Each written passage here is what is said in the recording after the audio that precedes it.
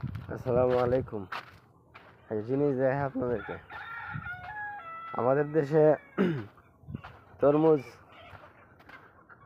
এখন কত টাকা জানি না, একসময় শুনছিলাম যে 50 টাকা কেজি এরকম ছিল। তো এই যে দেখেন, আর সৌদি আরবে আল্লাহর রহমত, কত সবজি উৎপাদন হয়, ফল উৎপাদন হয়। দেখেন, তরমুজের মুরগের লেগে খাওয়ানোর জন্য তরমুজ আনা হয়েছে। এই যে দেখেন তরমুজ, কয়েকটা বসে ফাইটা গেছে গাড়িতে নামানোর সময়। এই যে একেবারে ভালো ভালো তরমুজ সব। এই যে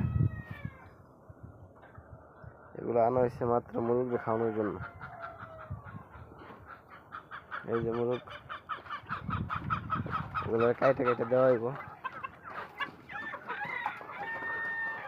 এই যে